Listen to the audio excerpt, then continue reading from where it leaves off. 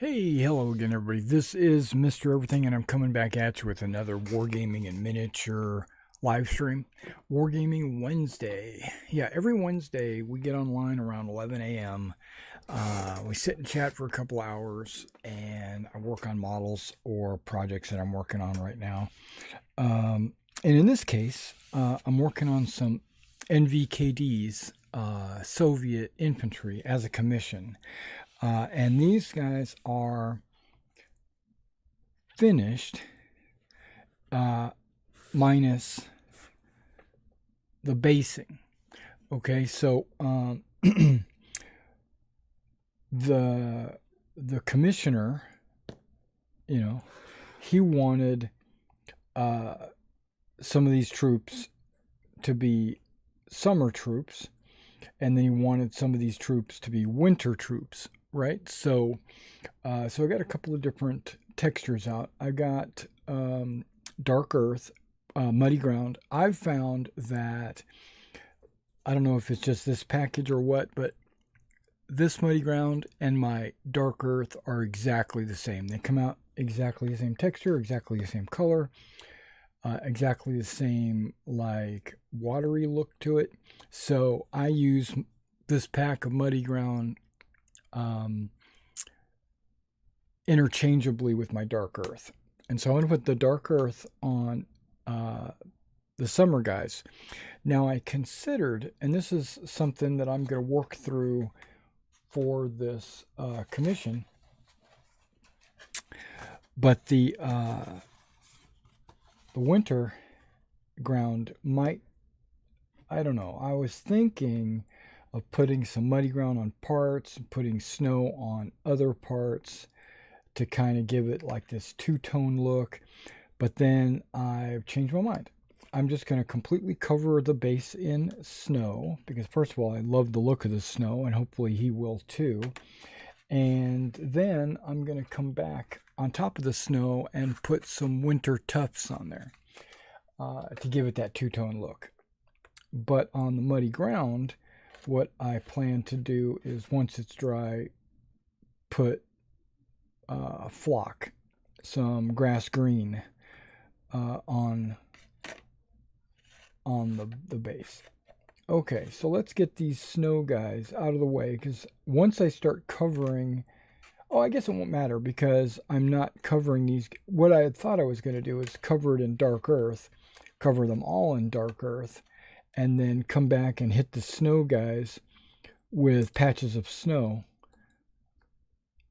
But since that's not the way I'm going to do it, I guess I don't need to get these guys out of the way. Well, it does just help clear off my work table. So I see we got a couple of people online. Welcome to the channel. Welcome to the stream. We got some rain going on outside right now. I don't know if you can hear that. You probably can't hear it, but I've got rain going on outside. For the last few days, it's been snowing. There's actually, it really only snowed one day seriously, and then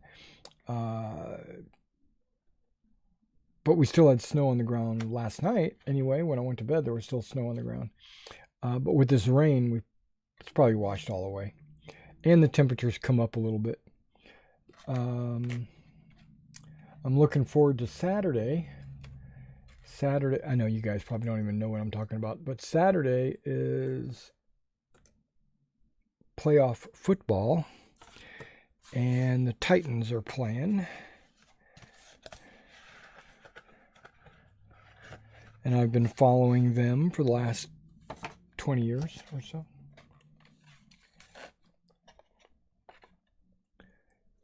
And voila. Okay. Let's get my work glasses out. And I'm gonna put this behind the microphone.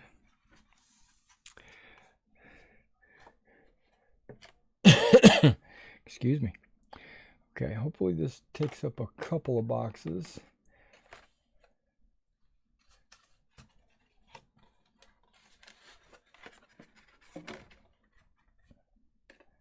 I'm all over the place. Okay, and I don't really have a lot to talk about today, guys. I really don't. I'm anticipating a lot of dead air, you know? I don't understand that. I can't read your writing. I'm sorry, but thank you for the comment.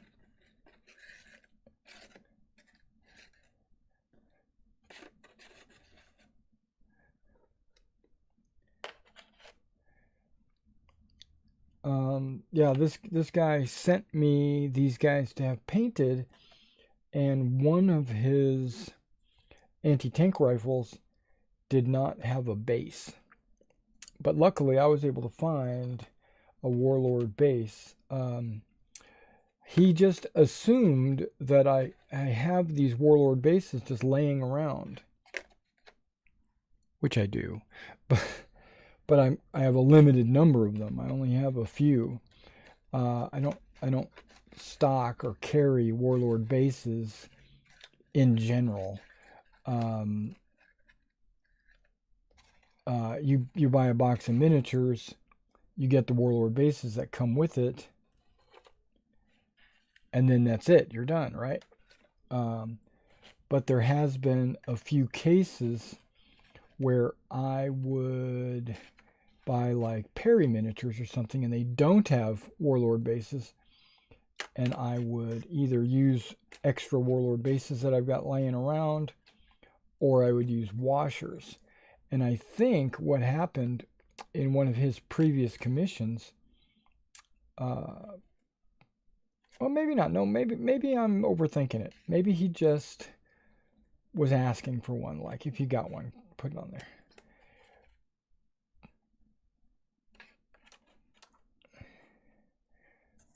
Because I felt like he was demanding of me of something I might or might not have had, and then I didn't want to disappoint him, you know, because he deserved to get what he wants. You know, if he wants his figures to be on Warlord basis, then that's his business. But luckily, I had one, so I just don't want people to think that if you send me some troops without a base, that I'm just going to be able to base them the way you want them. I usually base them the way. Well, they would have been it would have been a 1-inch washer anyway. But this was an anti-tank rifle, so I would have used a 60 millimeter wooden base because I have 100 of them, hundreds, if not thousands. No, I don't have thousands, but I do have hundreds.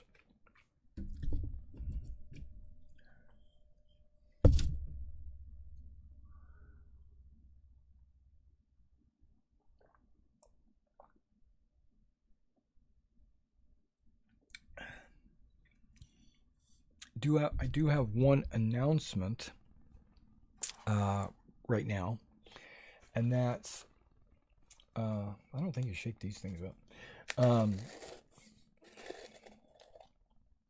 Can I even get to that? I mean, can't see that. Yucky. Okay, that's the grit built into the mixture. Okay, I will need to grab a brush. Okay, here we go. Okay. Perfect. Okay, now I'm going to need to put my work glasses on because these things right here, you can see they've got some magnification. I mean, I guess you can see that through the camera. They've got some magnification, but not like these guys. These guys are, you got a, what do you call it? A magnifying glass on each eyeball. You know, look at that. That's right. That's what I use for getting into the details. When I'm looking at something like this close. When I'm looking at something this close. Okay, I think I need to move my camera slightly.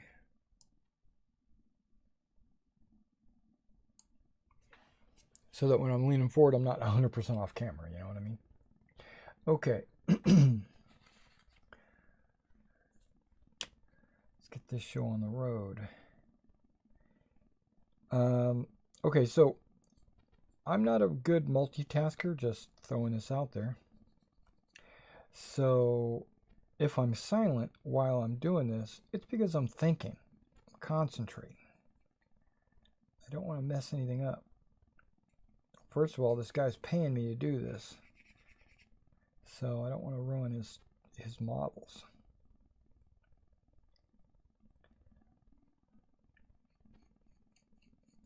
Okay, my announcement. Yeah, Warlord games. You know that I love Warlord games. I love their Black Powder, Bolt Action, Hail Caesar line of games. And they sent me a letter a couple of days ago. Maybe it was one day ago. I don't remember. But it was very recently that they have shipped my package of the Epic Waterloo, which means it's going to be a couple of weeks usually, but at least I know it's on its way. And I know it's not going to be the 3 weeks. Well, I guess it is, because remember last week I said it was imminent and it would be 1, 2, or 3 weeks. And now that they shipped it, well, no, actually, when they actually ship it, it only takes a few days. It usually takes a little bit of time for them to eventually ship it. Because I said it normally takes a couple of weeks for me to get my packages. Well, that's because of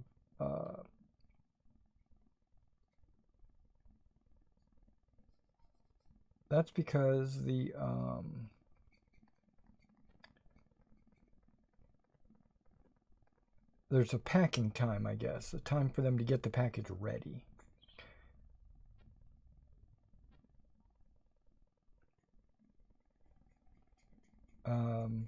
I haven't really worked on any of my projects other than Brain Camp.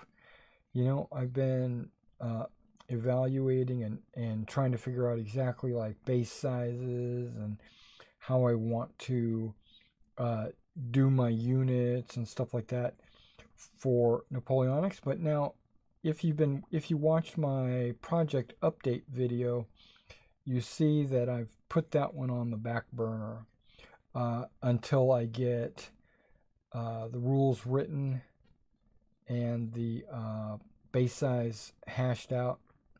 So that project is still active, but it's just active in a different way. You're not going to see a whole lot of movement on that project, so I decided to stop really reporting on it until something changes.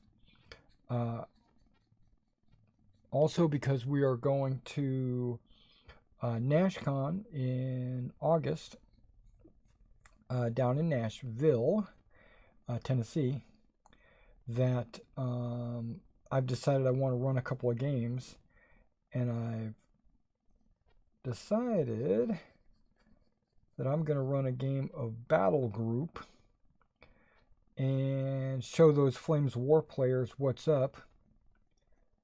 You know, what it means to be an actual historical war gamer and not a tournament goer. I don't know how a tournament goer, you know, can claim to be a historical miniature gamer, because, I don't know, it just doesn't mesh well with me. Okay, I think I need a different brush for the situation. We've got a situation here. He's got some legs. I'm trying to get down inside there without ruining the figurine. Yep, that's going to work.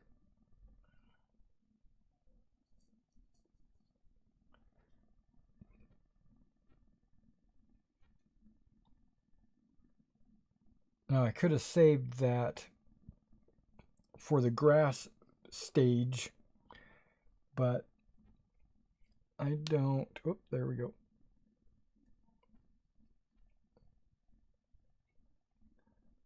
That's not the kind of person I am. I like to get into every little nook and cranny. Whoop, this guy's crotch has none of the things. Okay, they're fit. That guy's done. Okay, so, and I'm also going to run some Land of the Free.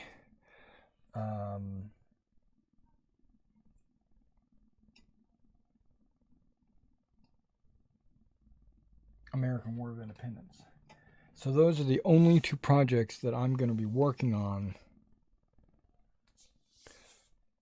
for the foreseeable future. Okay. Let's see if I can't.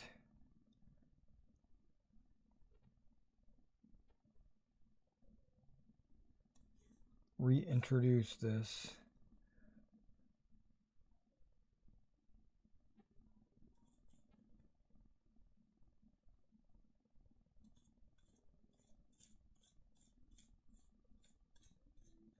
A majority of it. There we go.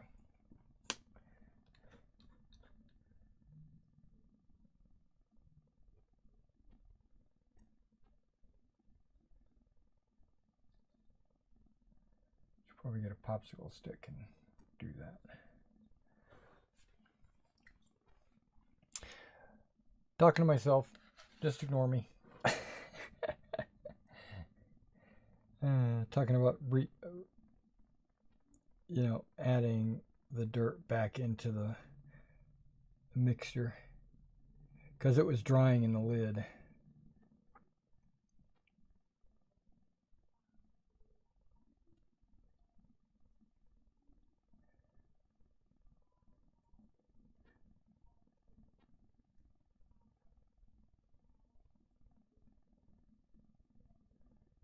Okay. This should go really quickly. I should get all these done in the next 2 hours.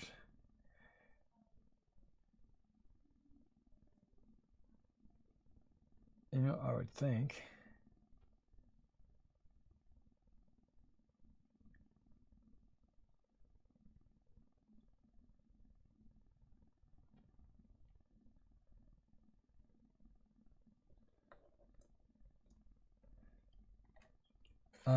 So if the Warlord Epic Waterloo stuff gets in a reasonable amount of time, I'll post it up on maybe, I don't know if I'm going to do like I might do an unboxing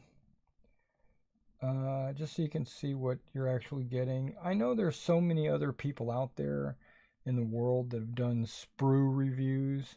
They're painting the figures and stuff like that, and so I feel like I've lost the scoop, of the news or whatever. It's because they got these free sprues and from Warlord Games, and they were able to paint them and review them and stuff like that. So I understand that it's usually good to have multiple people review the same product because you'll get a better understanding, or like one guy might miss something and another guy might hit on it.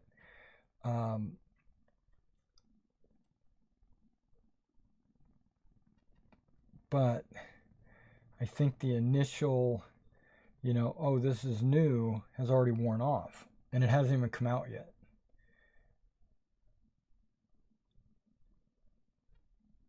So it does not motivate me to do those reviews. It actually demoralizes me that I didn't get a free one. That these guys are out there. Maybe they got a bigger channel than I do. I don't know. I thought I had a pretty good channel. Okay, some of these guys are tiny. I'm going to have to use this isn't my tiny brush. This is my micro brush. I do have a tiny brush. Maybe I should get that one out.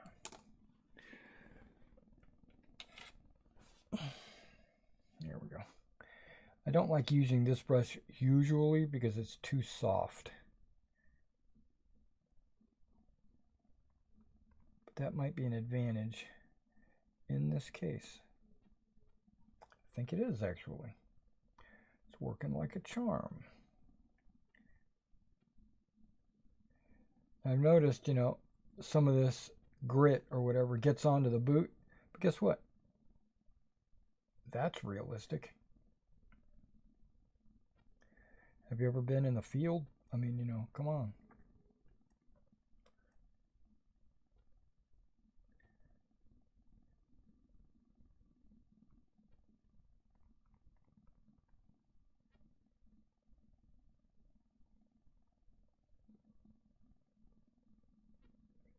So there's this movie out. It's been out for probably, I don't know, 5 or 6 years, maybe even longer.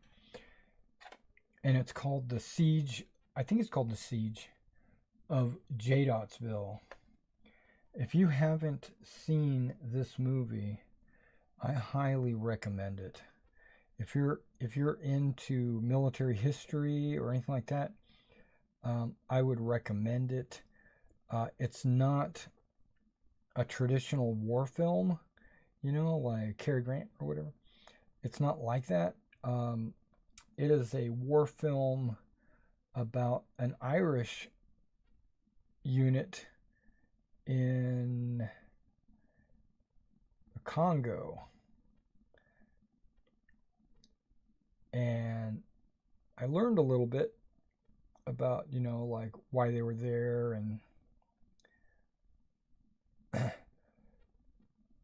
what the natives were doing, what, you know, where the motivations of some of the troops and stuff, because this Irish unit, you know, they're not a conquering unit or whatever. They are part of the UN, and they're sent out into an outpost out in the middle of nowhere, J.Dotsville, by the way, where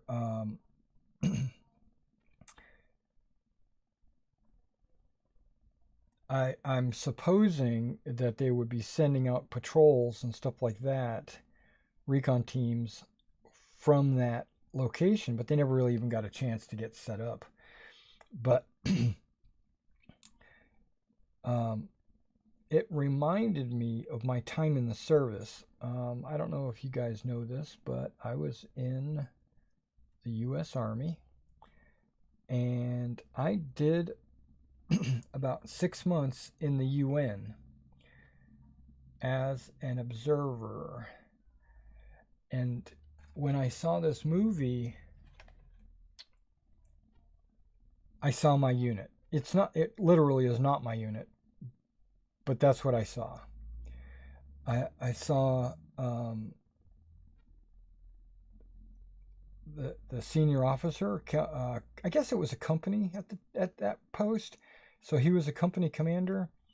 And I saw the first sergeant, and I saw the problems that they were dealing with ammunition and the weapons they were issued, and the conditions of the buildings that they were housed in.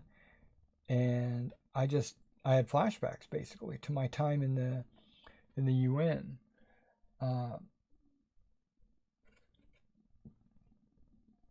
This was probably a little bit more severe than what I went through, because I don't know, our buildings were at least concrete. But we had like no running water, you know, no beds. It was just empty buildings. You know, it was funny. And then they would go into town to get supplies and stuff like that. And first of all, you would think that the UN would provide supplies for them. But no, they gave them a budget to go into town and procure items. And so that's a little bit different than what we went through, because you know, the United States basically gave us everything we needed. But the guard posts and the building of the security perimeter and stuff like that, all that kind of brought up a lot of old memories. In that deployment, just to tell you something, we had a M113, right? It's an armored personnel carrier. And first of all, I'm not armored infantry. I was a leg at that time. I was in the Berlin Brigade, actually. And at that point in my career. And we had this mechanic that worked on the 113. He knew what he was doing, obviously. He's a mechanic. I don't know if you know how the 113 is laid out, but there's this ramp that is in the front of the vehicle that is to assist the vehicle when fording a river. So, like, it basically keeps the water from splashing up on top of the vehicle. And this thing, for some reason, is on hinges that so they can put it in a couple of different positions. And it was in the up position, and apparently he was attempting to move this thing by himself. And that plate that's in the front of a 113 is hundreds of pounds. I mean, it's, first of all, it's an armored plate, but it's freaking heavy. Let's just say that. And this thing, from the description, I wasn't there to witness it, so I only got secondhand descriptions of what happened. This plate fell, hitting this mechanic in the top of the skull, killing him instantly.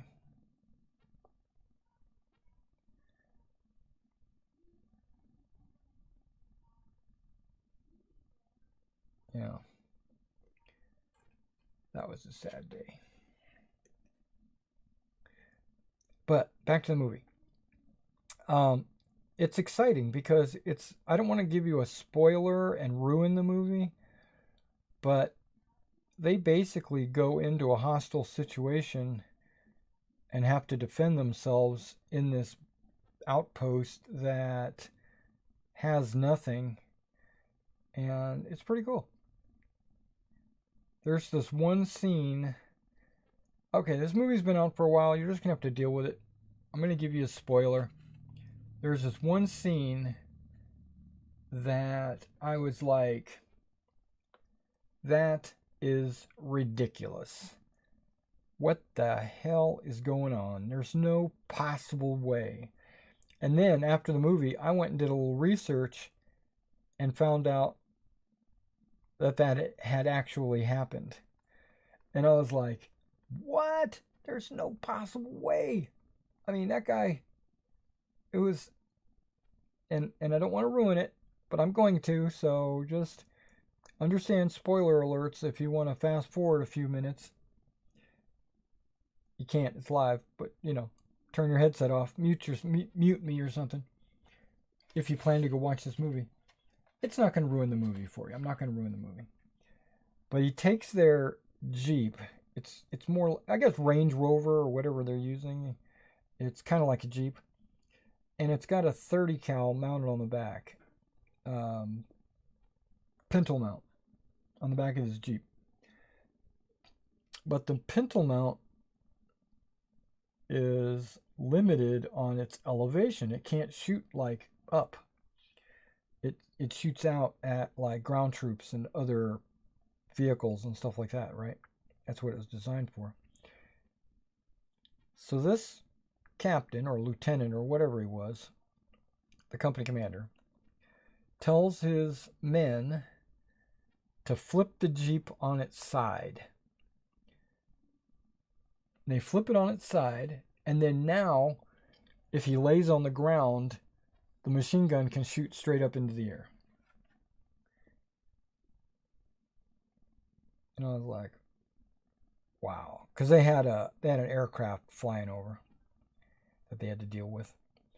And I was like, that's ridiculous. I mean, that's ingenious, I'll have to say. And apparently it actually happened.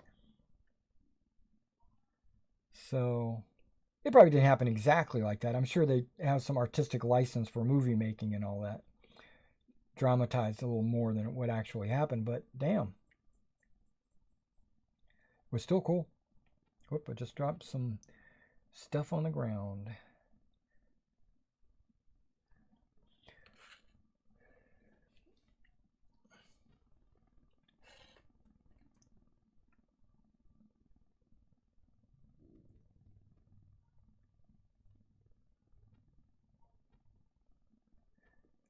That's all I want to say about J-Dotsville.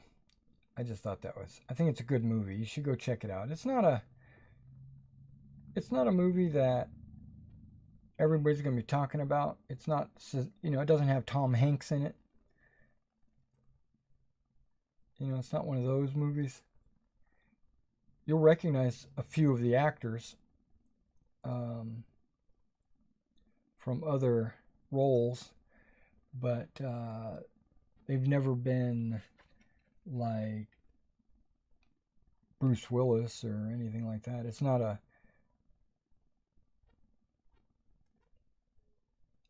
blockbuster movie. I think it should have been. It could have been, just depending. I don't remember ever seeing it. I watched it on Netflix, just so you know.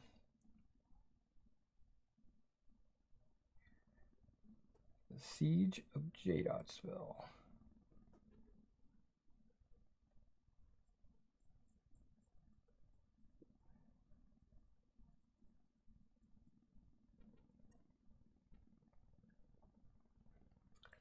Oh, the rain picked up a little bit outside.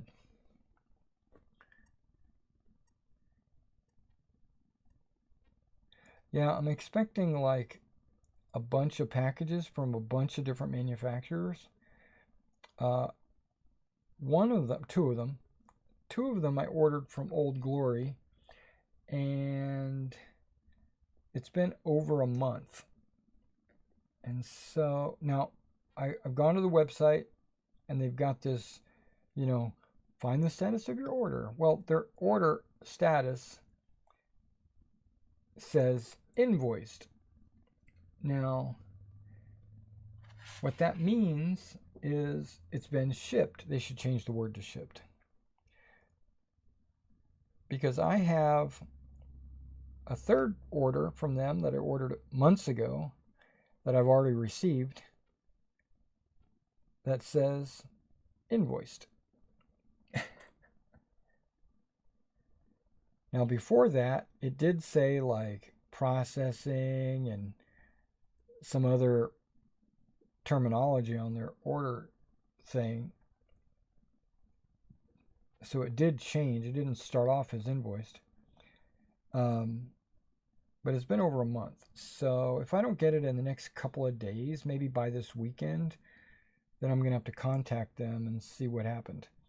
Hopefully it's not coming from California, because my understanding is all the trains are getting robbed out in California, and all the packages are getting opened, and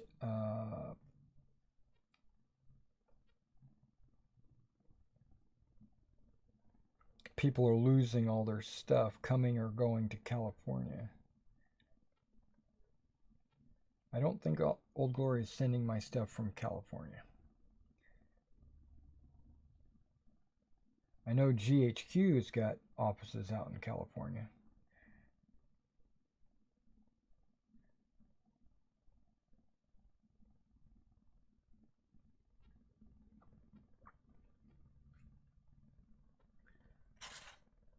Okay, we're getting there. One box down.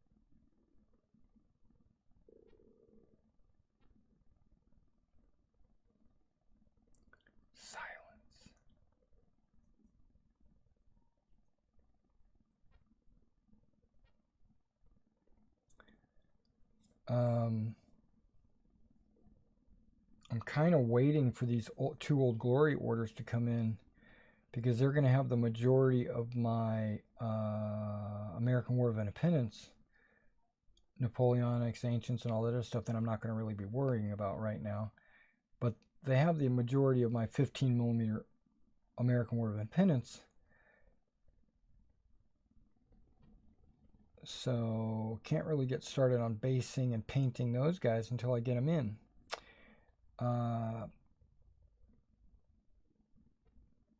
But in addition to that, I ordered some plastic soldier guys. I ordered some Battlefront guys. You know, the Flames of War. Some Old Glory 15 Command Decision figures. Some Old Glory 15 World War II Battle Honors figures.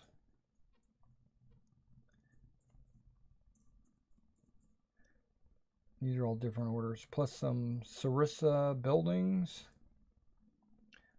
15 millimeter World War II. I got some Litco bases. They should be coming in today based on the tracking. The bases that I ordered for Litco, very minor. It was basically campsites and stuff like that for my ancients. So they're giant bases. They're like 80 by 120 or something like that.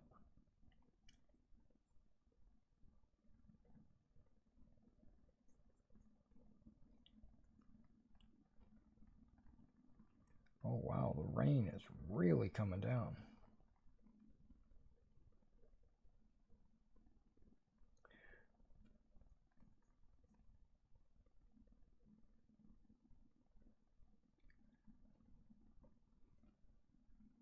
Everything looks green.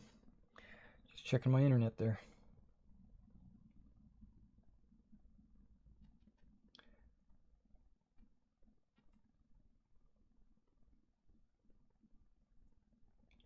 And I'm doing this off camera because the way I've got the camera sitting and the way I'm sitting.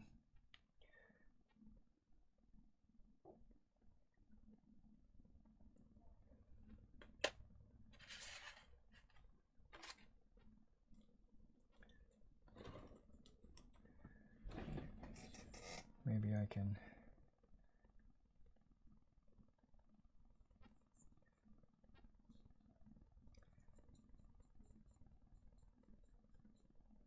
Oh, this guy's a sniper.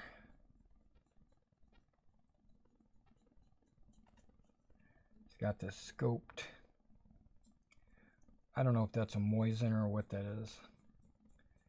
Which kind of rifle? They use a variety of different rifles.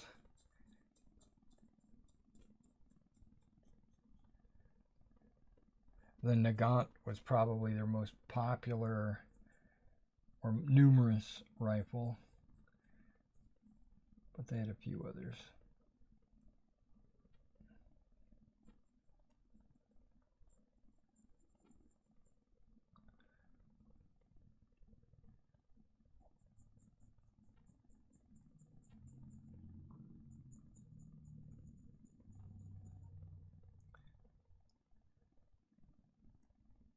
Okay, I might have to get the micro one out for that.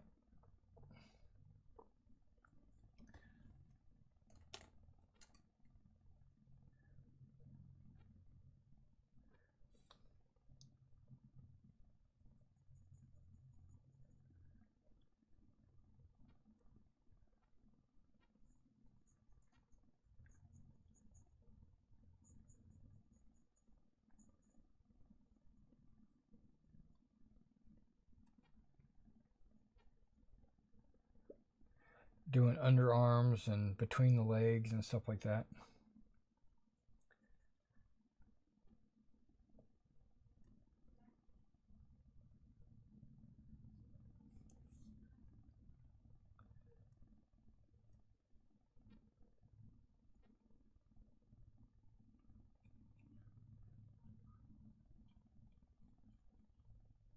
Okay. He's good.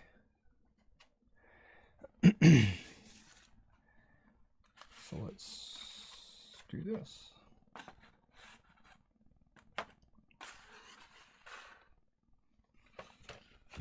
Excuse me. Okay, going for a drink.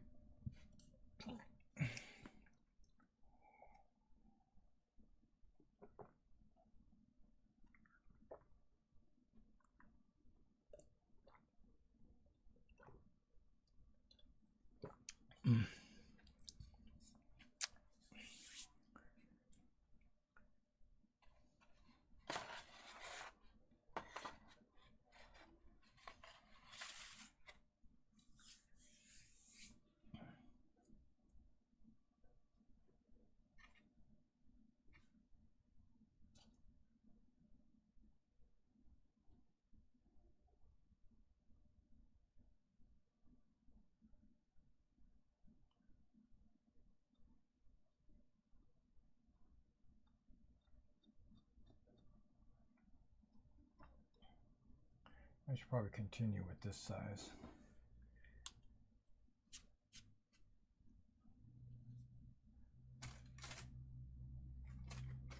Oh yeah, I wanted to show you guys something. Remember last week I showed you my blister? Well, you can, I don't know if you can see that. You can see the blister's gone. There's no more blister. But if the camera would focus, I don't want to get it like up here because you're not going to be able to see it, but you can see like there's that skin. It's like super hard and calloused right in there. I never did break it or pop it or anything like that. I just let it do what the body do, and that's heal itself. And it healed, and now the skin's a little tough. It's calloused or whatever. But that's how things roll.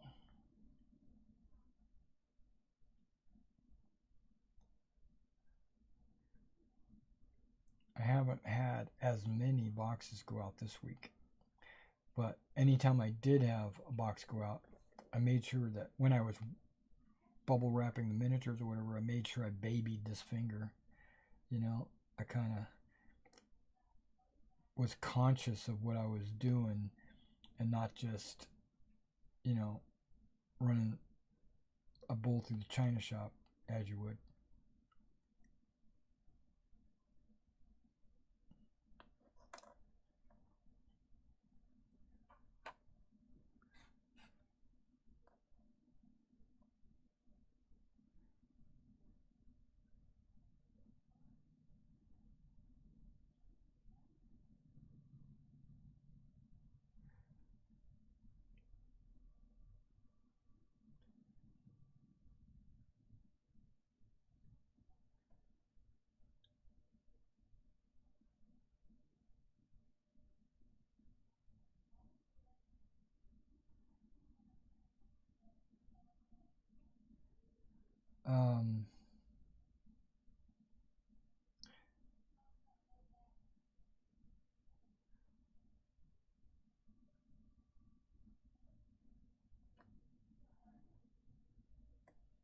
My son John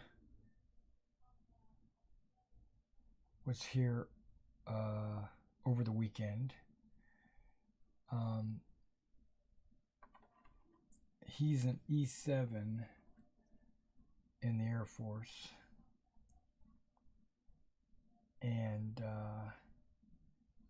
he was traveling south to go to a leadership school, which started yesterday, I guess. But he stopped in for a couple of days on his way down, hung out, chit-chatted, talked about stuff. And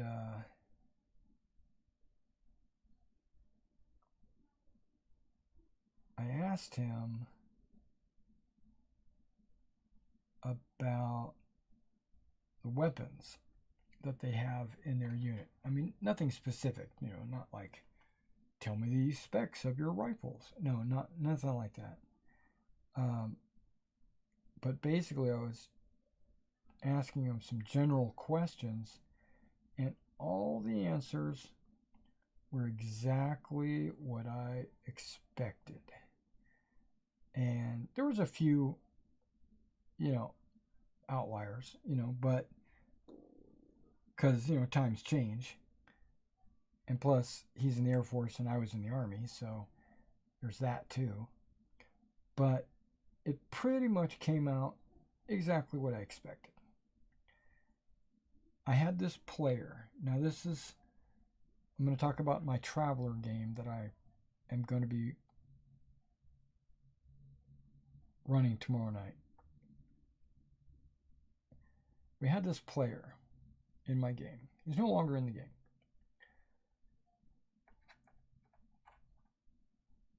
He was under the assumption that he could do whatever he wanted to do, which I encourage players to have ideas and want to do things outside the box and stuff like that. I don't mind any of that. But when it comes to telling me how the world works, you can't do that. You just can't do that. First of all, I'm the referee, so you just can't tell me how my world works. And he was demanding a couple of things unreasonably. And I got to a point where I tried to explain it to him that that's not the way the world works. But I'm still going to allow it, but with die rolls or with penalties or additional costs or whatever. But I'm going to let it happen. And when I told him that it was going to cost extra, he quit the game. And let me tell you what it was.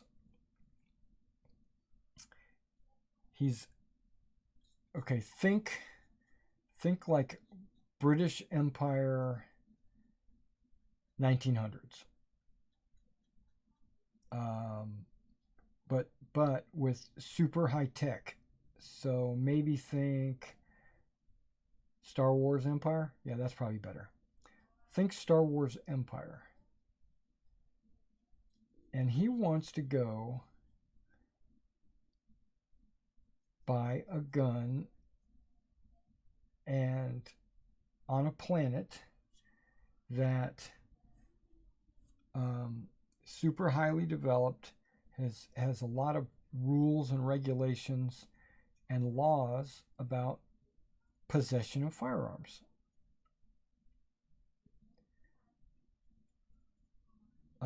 More so than the United States right now, right? More like England. Very restrictive. And so he wanted to go buy a gun, a handgun. A handgun, which is even worse than a rifle. So he wants to go buy a handgun. So I told him, yeah, you could do it. But you're not just going to go to a shop and buy it because they don't sell it. Okay, so you're not going to be able to do that. And you're not going to, so he said, but I want to go to, and in his terms, he calls it the E4 Mafia. And I'm like, okay. This sounds to me like someone that doesn't know what he's talking about. He's read something in a book. or his unit or his friends were very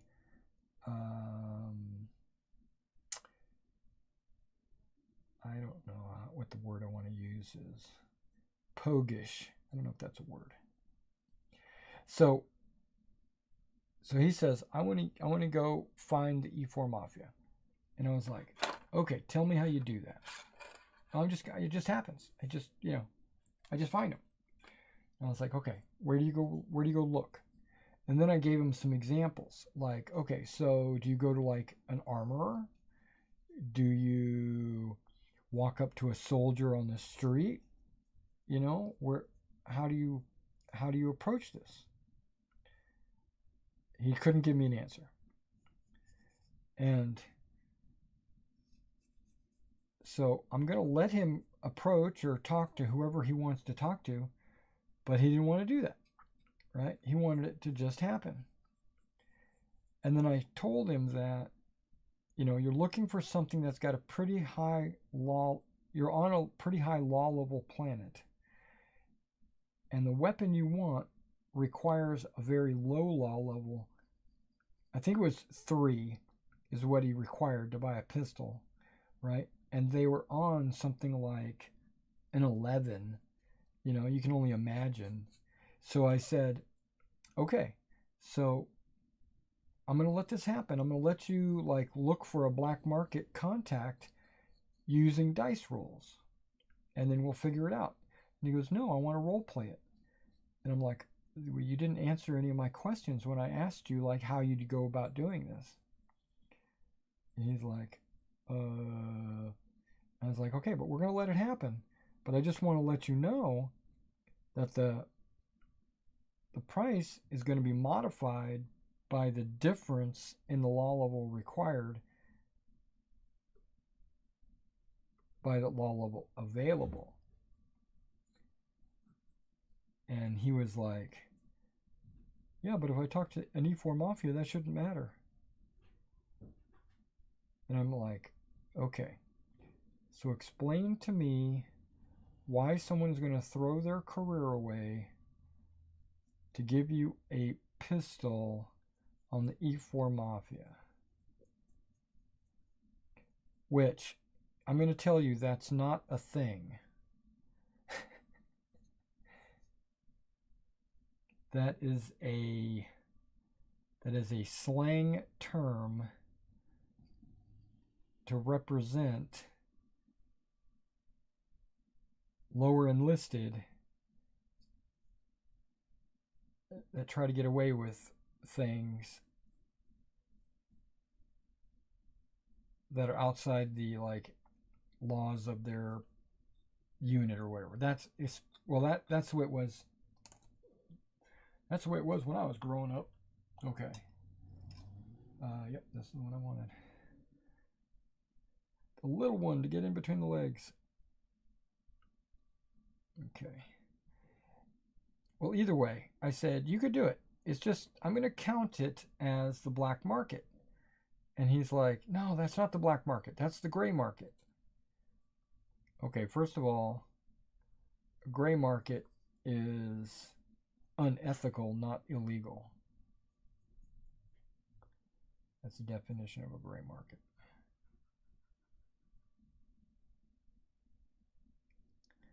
So basically we had some argument. And he quit the game, which I was happy about. I'm glad he left. It had not gotten to the point where I wanted to kick him out, but there was no love lost when I saw him disappear. Okay, so my point is, I talked to my son.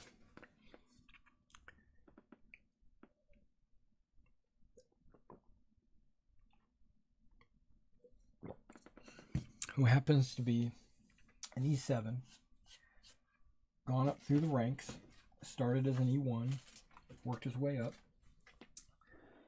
and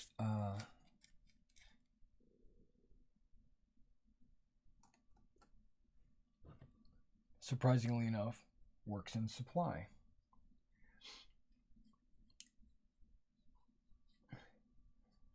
So I asked him, I said, hey, have you ever heard of this? Where a guy in your unit takes one of your weapons and sells it to somebody on the street.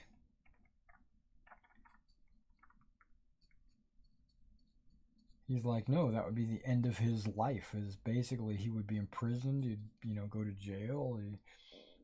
He would, you know, that's like capital offense, basically. I mean, it's bad. And he says, I don't know of any. I said, but have you heard of anybody ever doing it in all of your time in the military? You know, and he's sitting like 16 years in, something like that. I think 16. And so, anywhere, any unit, you know, no. And the answer is no. And I was like, me neither. So I don't know what kind of unit this guy was in, or how he thinks the military actually is. But I told him, I said, first of all, the Empire in this game, in this universe, the Empire is a voluntary military. They do have a draft, okay? They do have a draft, so there are draftees. But that's rare. It's usually voluntary. And the guys that join, and I'm just using my time in the U.S. Army as an example to myself. I said the guys that join in the time of peace or not drafted, the guys that don't get drafted but are in the military, are there because they love the country or they love their empire. You know, they have a duty or a code of honor. And you're not going to see these guys taking weapons out of the armory and selling it to some joker on the street. No matter how much you want them to do it, or no matter how corrupt you are, they're not going to be that way. I mean, there's probably outliers. There's probably people out there that would do it. And that's why I was going to go ahead and give him the role. I was like, yeah, there's probably a guy out there that's maybe he's a draftee or maybe he's disgruntled with the system or whatever, or doesn't like his commander or something. So they might do it. But trying to find him, trying to find a needle in a haystack, plus the cost, he's going to charge you more. And that's where that die roll comes in. He could have rolled very low. And even with a +6 or a +7 or whatever the modifier was, he could still get a very low number. I mean, we didn't even bother rolling, but he could have got a low number, and it could have been just a few hundred credits over the cost. So let's look. A handgun in Traveler costs around 500 credits. The guy's running around with hundreds of thousands, if not millions of credits in his pocket. Even if he only had a few thousand.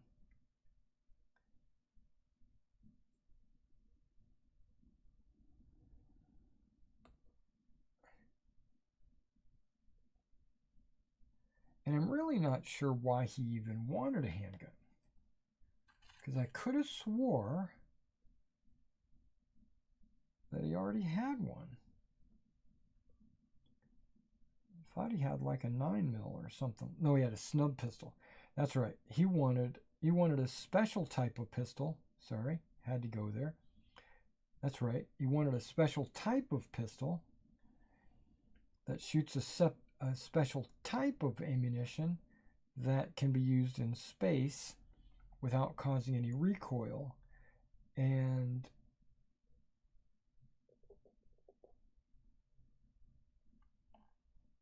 I was telling him that's a military weapon. People don't just walk around the city streets with these special weapons. But I think, I won't go on too long on this, but I think he used to play in games where referees let you do anything. I think he's used to that. He's used to having his way with no consequences or anything. So I'm glad I stuck to my guns and told him literally, yeah, that he can't do that. Even though he could, I was going to let it happen. But there was just going to be a price change. He's going to find some guy on the street. He's going to sell him a handgun. He's going to charge him a price. And when I asked him, how does he do this? And he didn't have an answer. I said, okay, let's not worry about that. Let's just roll the dice and see what it says. And then he got mad about us not role-playing it out.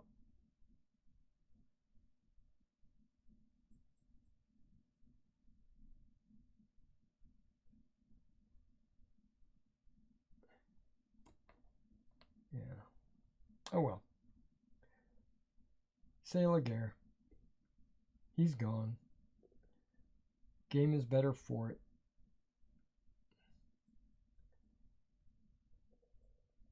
What's funny is this is the second time this has happened to me online. People get online, they think that the game is being run willy-nilly or whatever, and when I tell them, no, we've got rules that we follow, they freak out. I have a feeling they're Democrats. Oh, did I go there? Oh no, I just said that.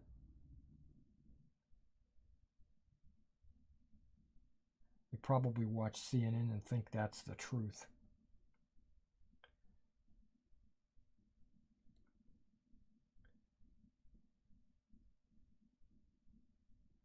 Or they believe Dr. Fauci. Oh no, I went off the deep end. And that right-wing conspiracy theorists that were extremists that you've been warned about. No. I'm probably the farthest from that. Okay, let's talk about wargaming.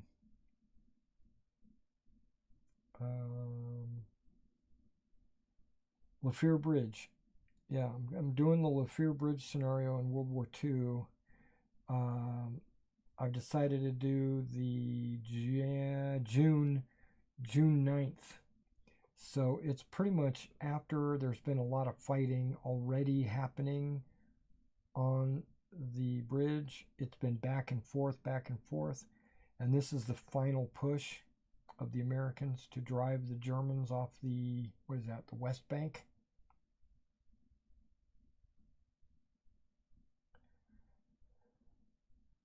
I have not pulled my map tiles out to take a look at them.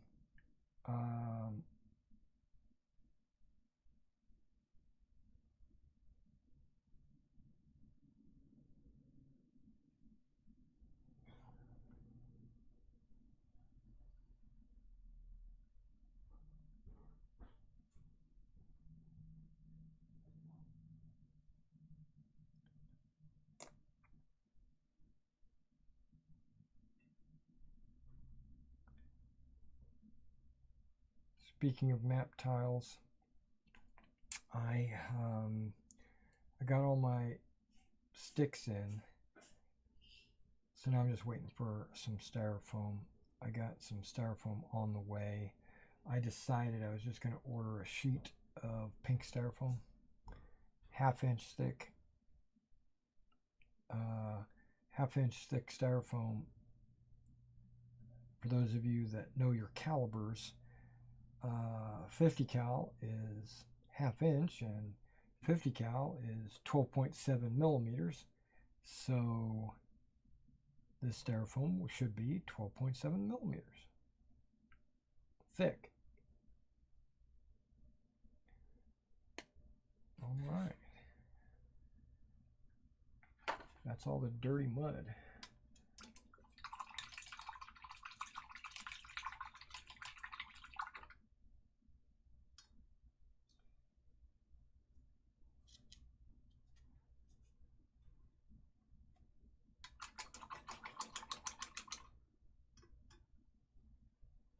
So now I'll be going to snow here.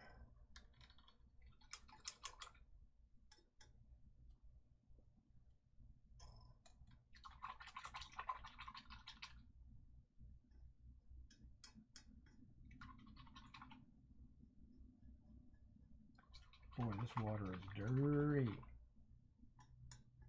Okay, that's the dirty water. If I get some of that dirty water in the snow, then that's okay. But I don't think I will.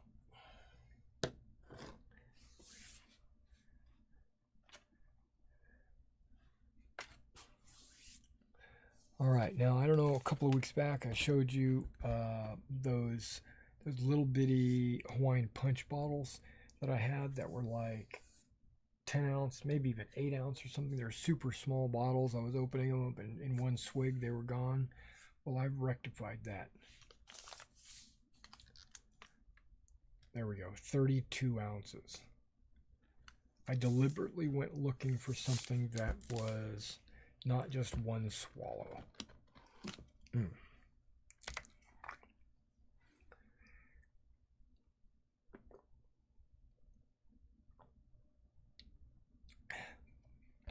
There we go. A couple of swallows.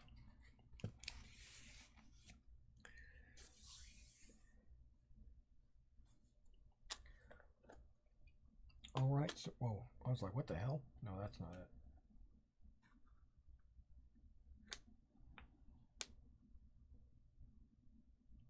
That's it.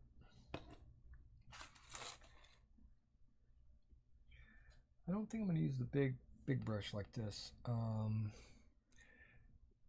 Maybe because there's like small feet involved.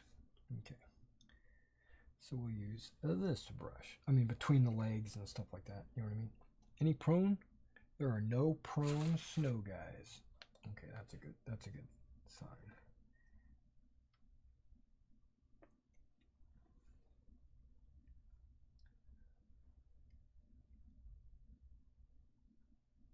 Yeah, this whole top thing is pretty solid.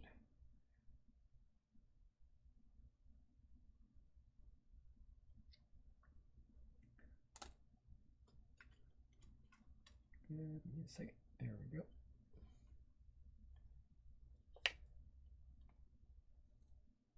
There we go.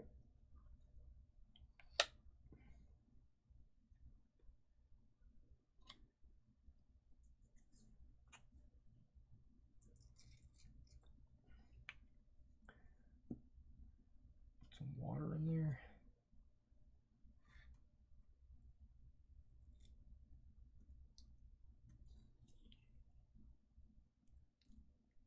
Feels like marshmallow, you know what I mean?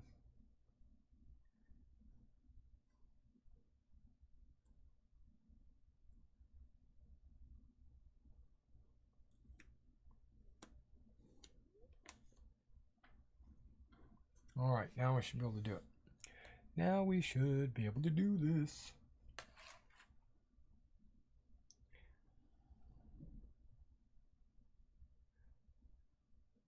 Not only does painting the base white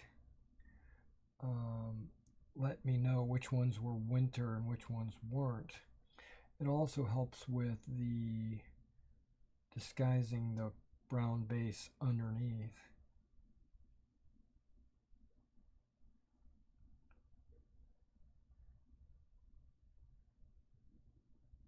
I probably should have been more thorough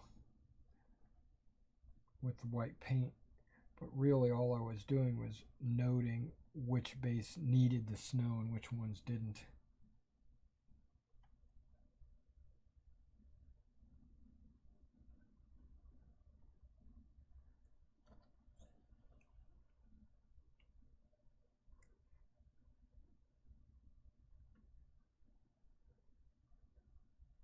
Now I thought about putting snow like on their boots or on their shoulders.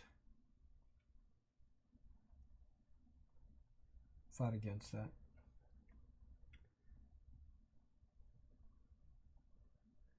I mean, the stuff that gets on their boots just by application, that's fine. But I'm not going to go in and actually apply snow to their uniform or anything. I thought about doing it, but I'm not going to do it. And then once the snow dries, we'll put those tufts on there. Maybe. I'm probably not going to get to that in this video.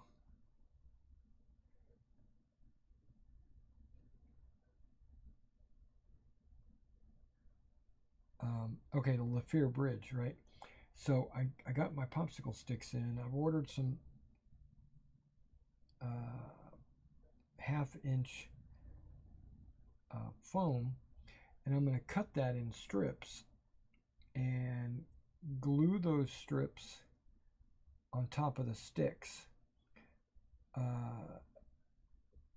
Initially, I thought it was going to crumble, you know, the some styrofoam and put it down like rocks or whatever on the popsicle stick. Well, I'm not going to do it that way. At this scale, I don't think that would be appropriate. So what I'm going to do is put these strips of styrofoam on the stick. It's going to do two things. It's going to reinforce the stick so that it doesn't want to warp, right? And I can go in after it dries and just cut the styrofoam into little mounds or the bocage shape that I want. And I'm pretty much going to have free roam on that. I don't know if I'm going to make bocage with gaps in it, or if I'm going to do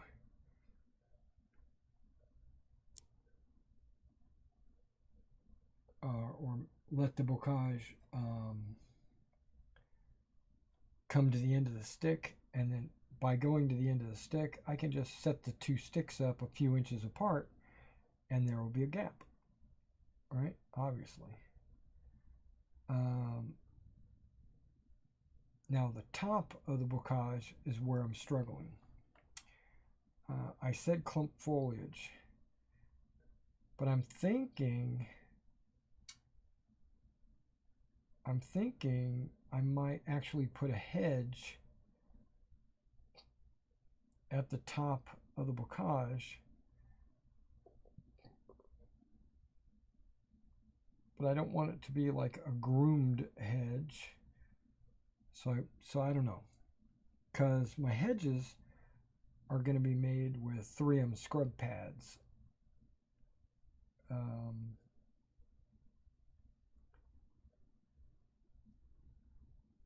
Cut to size and glued onto sticks.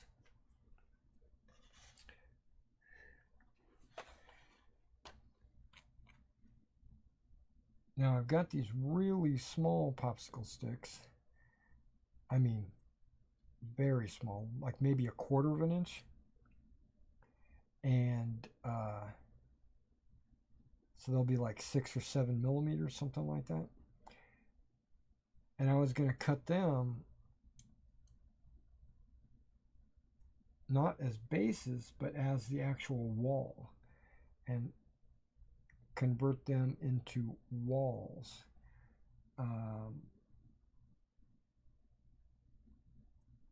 I ordered some wallpaper. Makes sense. It's paper with bricks on it, and so I can cut those and glue them onto the popsicle sticks and make the popsicle sticks into these stone walls. The stone wall paper is supposed to be textured so that it'll be 3D basically. Now, if it's anything like my roof paper that I bought a long time ago when I was in Germany, I mean a long time ago, when I was in Germany, I bought some of this model railroading roof tiles, and it came as a sheet of paper, but the tiles were textured into the paper. If this wall is the same way, these bricks, that'll be pretty cool. Should be good for making brick walls. It'll basically be a popsicle stick on the bottom, like the 3/4 inch or whatever on the bottom, and then these, I guess they're half, no, what are they? Yeah, they are 3/4 inch. And then standing up from that will be the other popsicle stick on its side, basically. And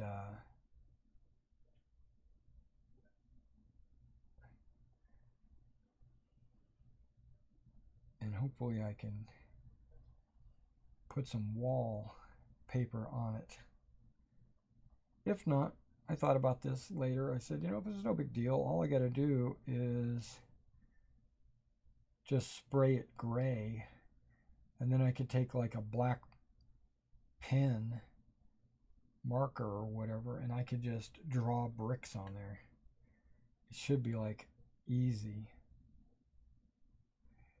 Okay, my next stumbling block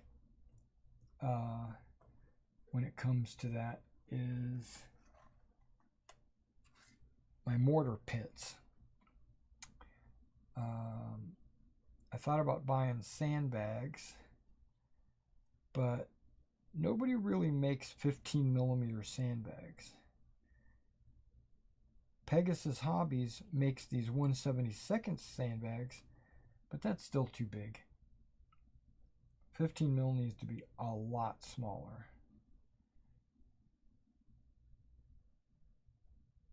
Like 1/100 scale. And I don't see people making 1/100 scale sandbags. I see them making completed pits already, but they're not in the shape or size or whatever that I want them in. I've seen guys make sandbag walls. I don't want that.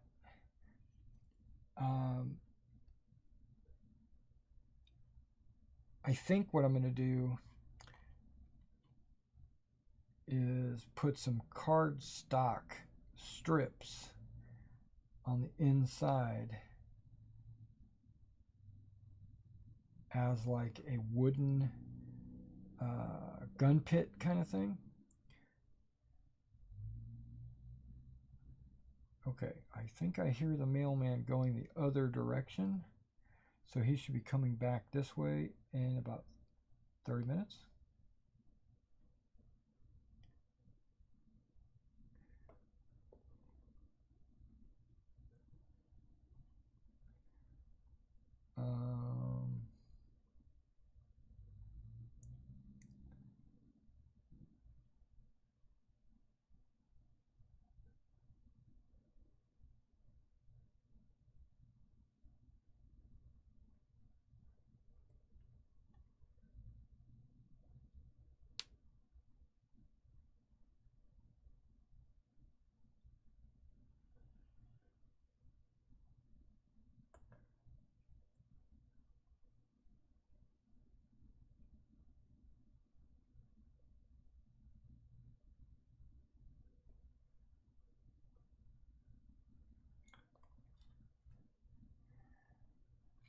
Hopefully I get some of my orders in. I'm not holding my breath. Yes, I am. I'm holding my breath.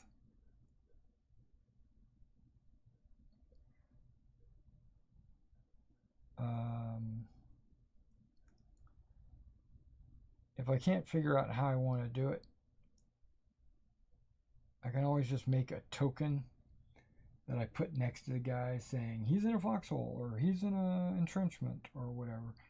But that doesn't look good on the table. And the reason why you play miniature war games is for the 3D effect, right? You're not playing a board game.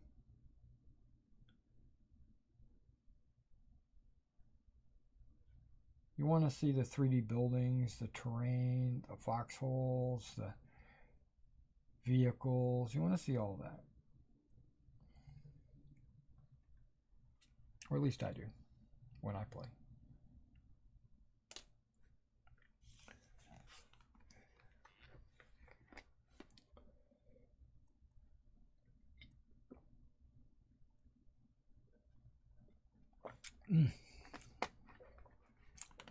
Yummy.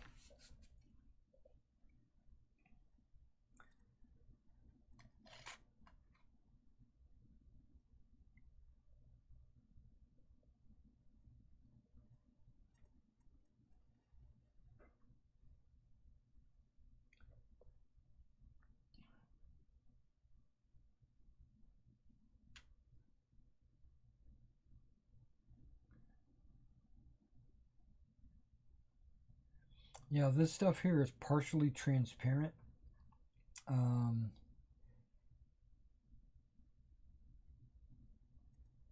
so you got to really put it on fairly thick if you're trying to cover whatever colors underneath.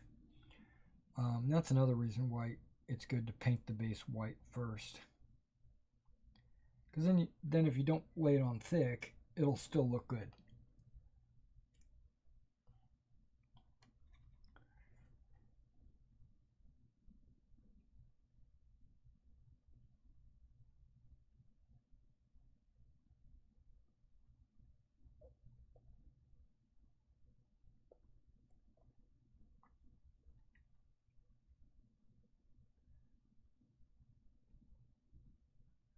Yeah, I don't think I want to do a bespoke battlefield with those tiles.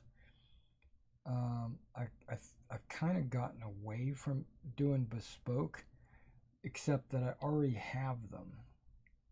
See what I'm saying? So if I already have the tiles, why not reuse them, right?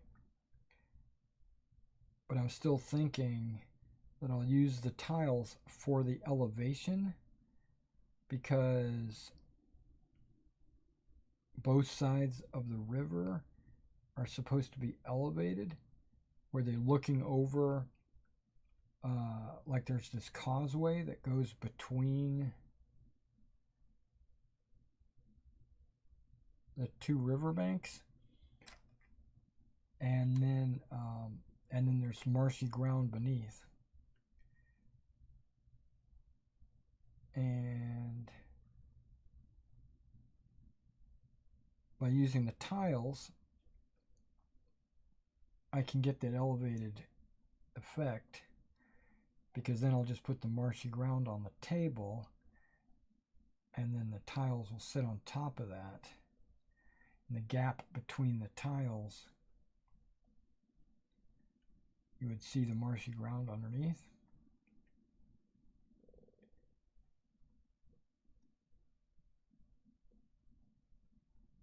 But I think I just want to,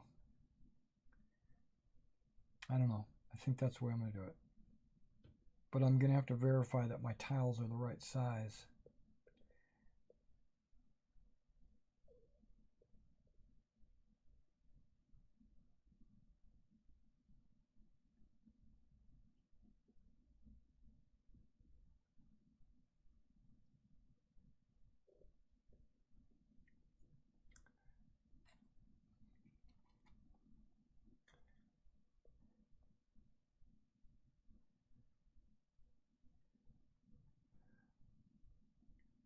Now, I ran a Pegasus Bridge scenario one year,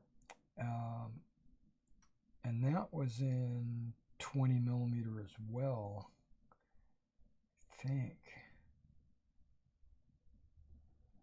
Maybe it was 15 millimeter. I'm trying to remember. I had scratch built, if you can believe this, I scratch built a Pegasus Bridge,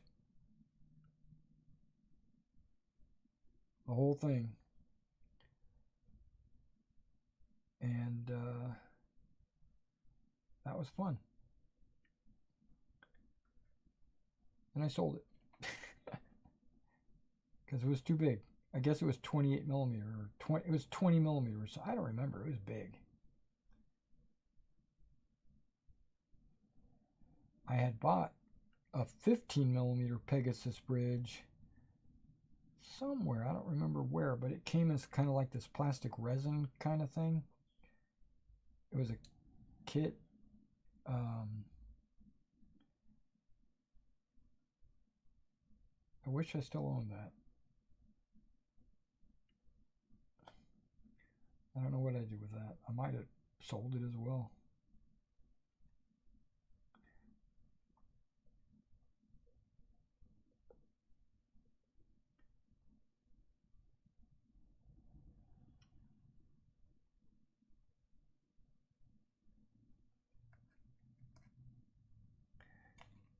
So I was watching this YouTuber out there, and miniature wargamer and all that, and he paints models and builds armies, and you know, just like me. And I watched a video. It's from like a year ago, but I watched this video where he was doing a comparison between Flames of War and Battle Group, and he's a Flames of War fanboy, big time. And he said that, you know, he's building his armies and he's doing this, he's doing that. But then he made this comment, and he said, when I put an army together for myself, I keep it and I don't sell it. I think he was talking about me.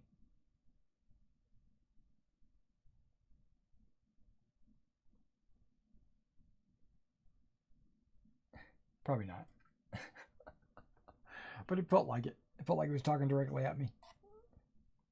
When I put an army together, I keep it, I don't sell it. I'm like, oh, goodness.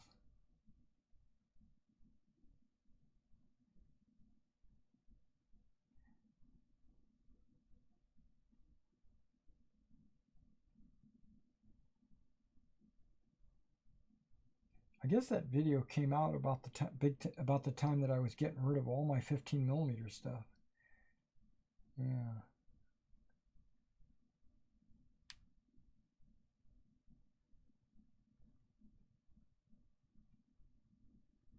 I don't know.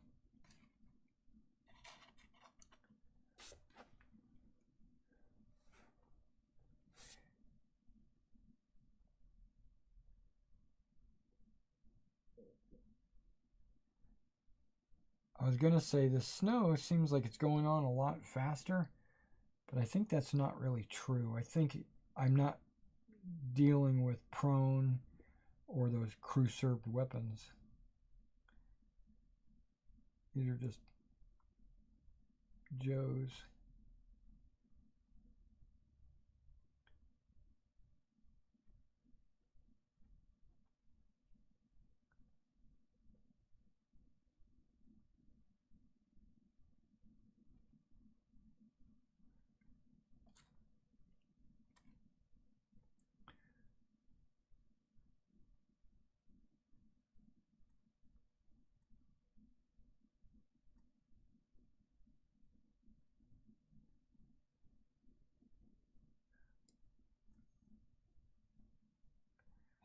And I thought about this too.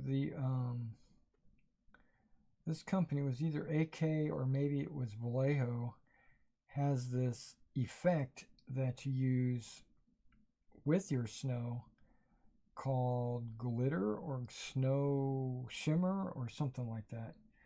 And I think it's kind of like a flock that you sprinkle on top of your snow effect.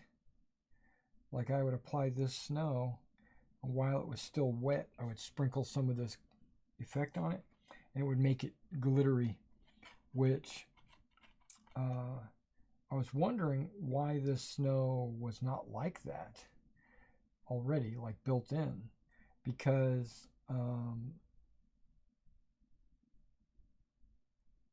previously I'd always used Woodland Scenics snow. I would have put some Elmer's glue down and then I would sprinkle the snow on top. But once the Elmer's dried, it's pretty much stopped glittering because the Elmer's kind of flattened it down. But before it dried, it was like super glittery. And it looked really good. So I don't know. At this scale, should snow really glitter like that? Probably not. This is probably appropriate for the scale that it's at.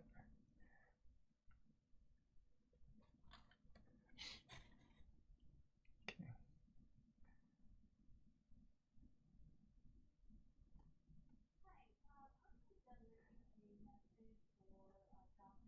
And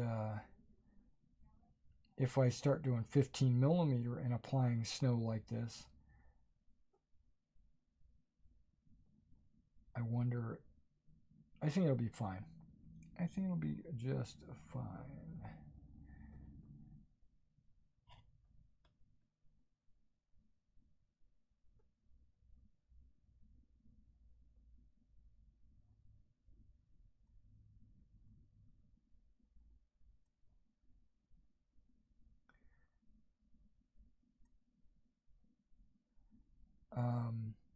I'm not going to need to worry about that at Lafayette Bridge.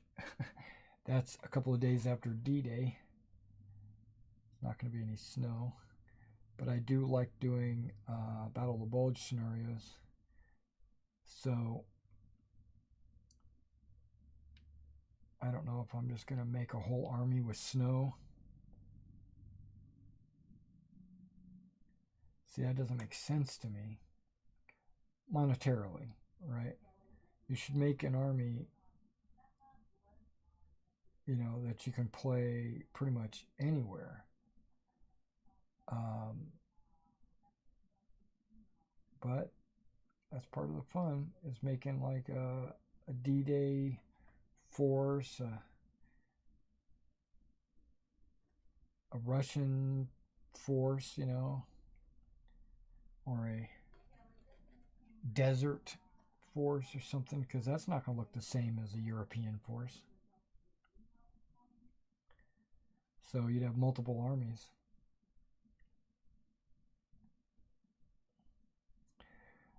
I am going to do a video about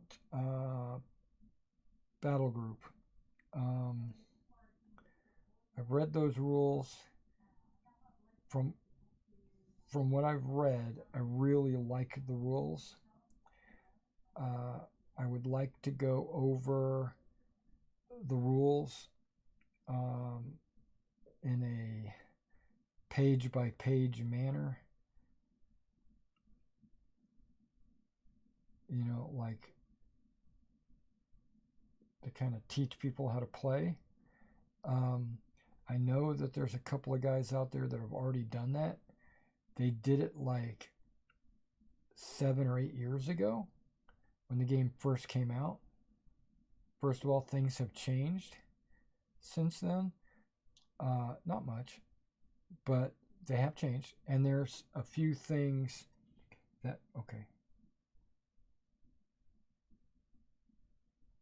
Get rid of those big bumps. Okay. A few things have changed, but also I don't like the way they present the rules. You know, I watch them, and I'm not happy with what I'm watching. And so it's a big critique, I guess. I guess I'm a critic, but they didn't really help me learn the game. Okay, the mailman's coming back this way.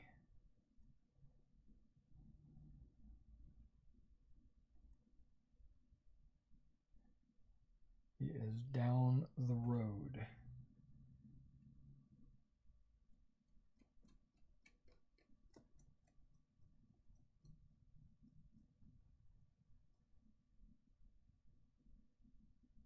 Oh crap, this is the small one? Oh my shoot.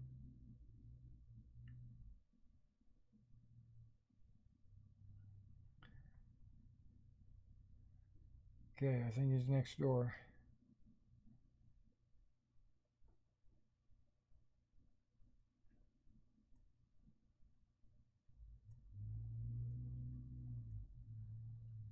All right, now he's here.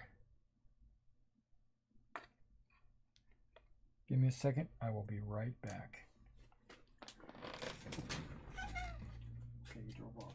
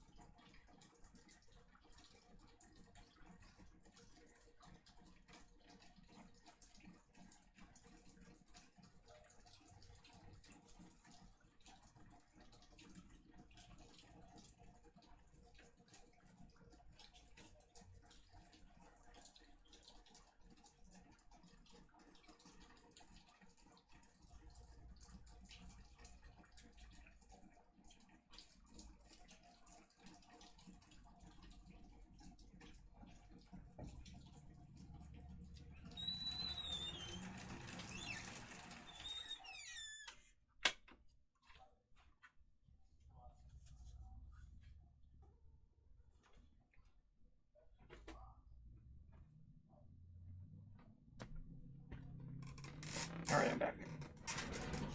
Yeah, had to find my umbrella.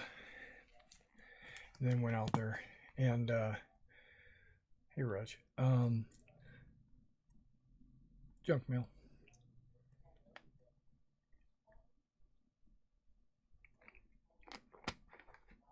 No shipments. No FedEx or UPS or anything like that.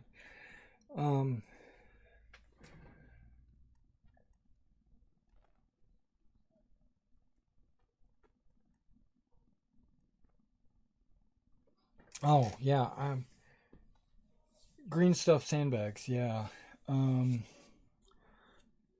considered it. It did go through my mind. I don't use green stuff. I use milliput, but it's basically exactly the same thing. I considered it, but I also don't know if I want to worry about all that. That's part of the problem. The at that scale, those sandbags are basically just going to be, it's just going to be grooves in a wall. Like I would take green stuff, make a wall, and then with a little knife or whatever, just put little indentions in there where the sandbags would be. You know, many years ago, I made some sandbags for 20 millimeter, I think it was, and I I made individual sandbags and then laid them out as if I was actually laying sandbags, and that was more work than it was worth. But I could see where maybe taking a sandbag, just some milliput, flattening it out, and then just putting some grooves in it, making it look like a row of sandbags, and then just lay another row. But that doesn't make sense either, because you really only see sandbags from the side, and the only one you see on the top is the last row. So I was thinking about just making a wall and then cutting out the sides, cutting into the sides, making the sides look like a bunch of sandbags laying on top of each other, and then on the top, just putting some sandbags. But I'm thinking a dirt berm with some wood reinforcement on the inside. And so that wood, I don't want it to be super thick, like balsa or whatever, because at 15 millimeter, balsa is way too thick. So I was thinking I would use cardstock.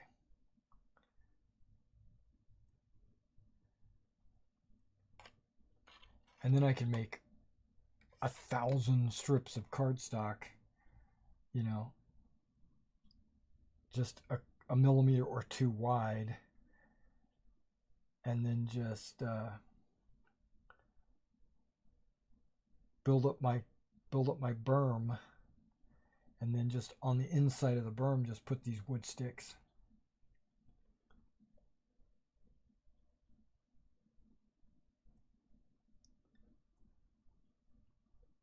That's what I'm thinking.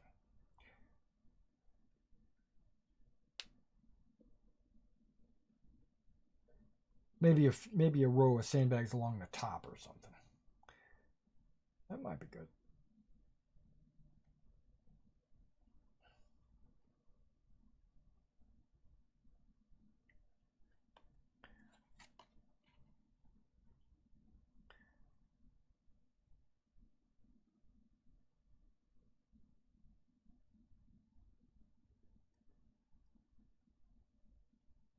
Now, when I was in the service and we had to dig our personalized fighting positions, we didn't get the luxury of sandbags.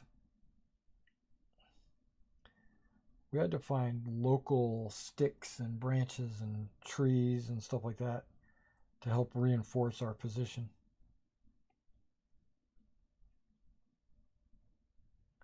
Even our overhead cover was basically just local foliage.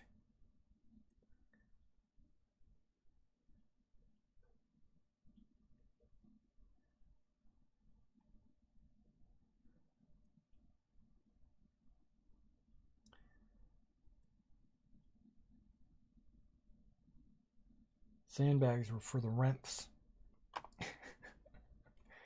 Rear echelon motherfuckers. Okay, what's this?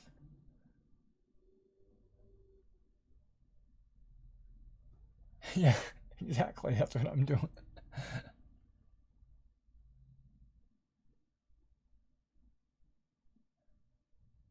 Oh, yeah.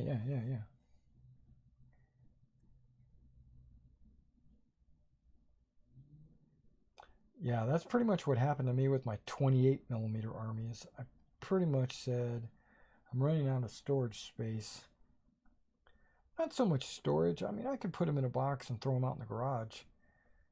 But I want them readily available, so when I'm gaming, I can just look at the wall and say, okay, let's pull this army off the wall. And it puts them on display. Kind of shows them off a little bit. And it lets me know like what unit, just by looking at them on the wall, I can see what unit I need or what unit I don't need. If I have them in a box in the garage, then I'm not playing with them or whatever. So why have them?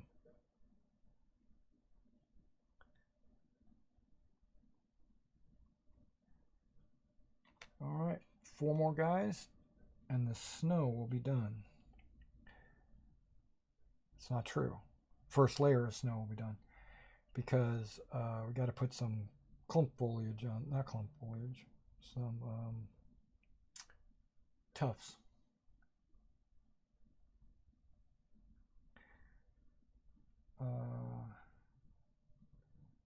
Plus, I'm planning on putting scatter grass down on the dirt ones as well. So I didn't think I'd have them done by the 2 hours that I allocated to stream.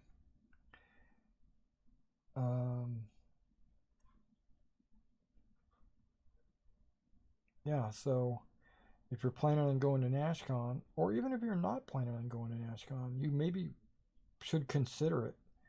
It's in Nashville in August.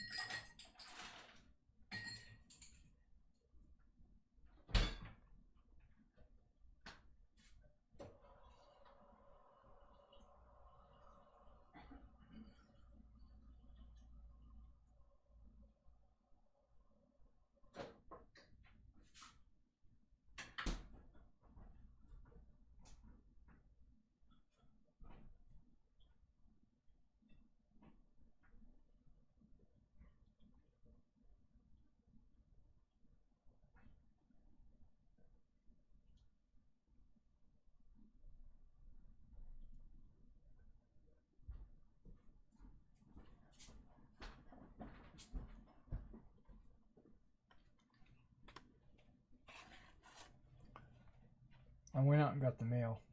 Oh, you got the mail? It's right there. Is that It's yours. Yeah, it's yours. Okay. It's junk, from what I could tell. Yeah, it's always junk.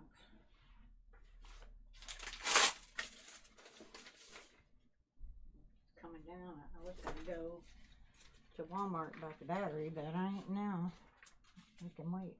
Yeah. I'm not walking in that rain.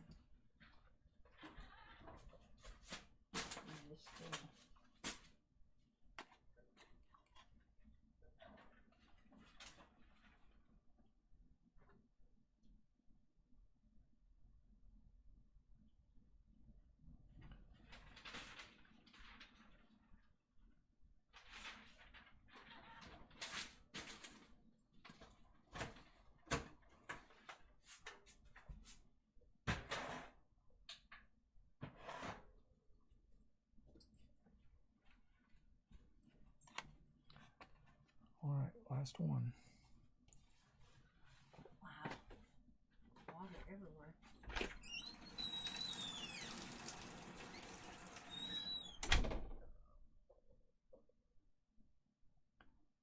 It's good. It should get rid of all the snow that's lingering. Slowly been drying. It's slowly been melting, but I think this rain is just going to get rid of it all.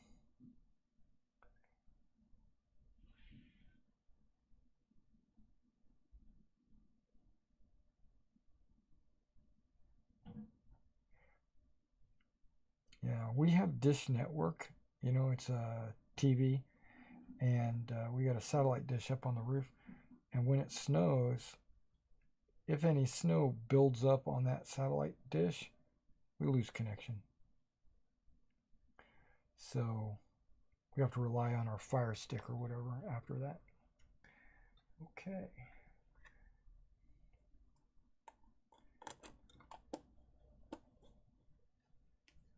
Both of those are done.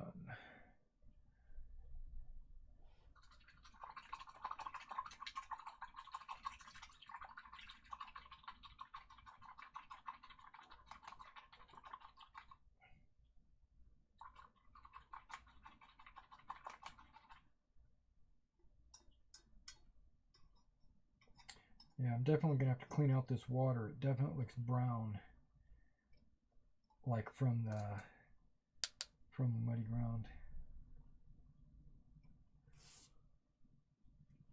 All right, so I'm going to let these dry for more time than we have.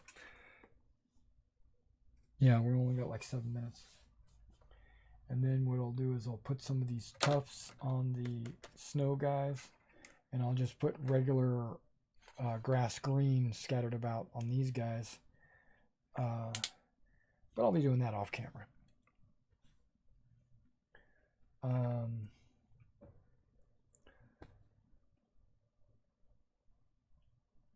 Yeah, boxes. Yeah, this is something from my store. I order boxes to ship various things because I don't like putting like a one miniature in a giant box, right? I try to make the box as small as I can to save as much space as possible so that when I ship, oh, you got snow coming tomorrow? Okay, what do you got? St. Louis, what was that?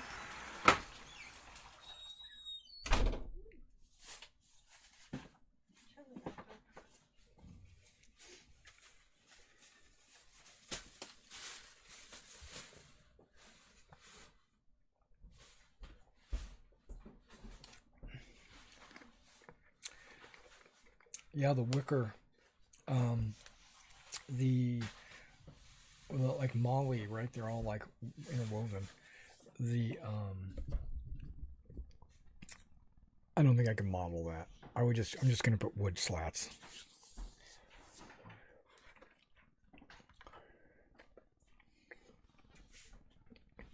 But no, what was I saying? Oh, boxes. Yeah. So I've got little boxes, I got medium-sized boxes, I got large boxes, I got long boxes, I got wide boxes, I've got tall boxes, I got short boxes. I probably have like 30 different sizes of boxes. And I'm running out of storage space just for boxes. So some boxes are put together, ready to go, like that guy. But others are broken down in stacks, and I was starting to run out of room. It was starting to become a little unmanageable. So over the weekend, I organized them, and I got them under the shelves, but I also have them under the table. I've got them on top of the table. I got them up on the shelf over there. I got boxes everywhere. I probably have a box for anything possible. But every now and then, like, somebody will order something from me, and I'll have this box that I want to ship, and I'm looking to put it in another box. And I'm like, will this work? Oh, it's not wide enough. Will this one work? Damn, it's not tall enough. This one, it's not long enough. What about this one? Oh, it's way too big. I got box headaches. All right, guys. Well, that's where we're going to call it for the day. Thanks for coming out, observing my video, hanging out with me. I don't understand what that is. If that's in Cyrillic, I don't understand. Yeah, snow this year for us. I'm in Tennessee, and I don't live on the east side of Tennessee where they got it really bad. I'm in Clarksville, which is the northwest, and we got maybe an inch. Nothing bad. So we'll see. It just stayed forever. It was a different type of snow. It's like a powder. Normally it comes down like ice, but this is a little bit different.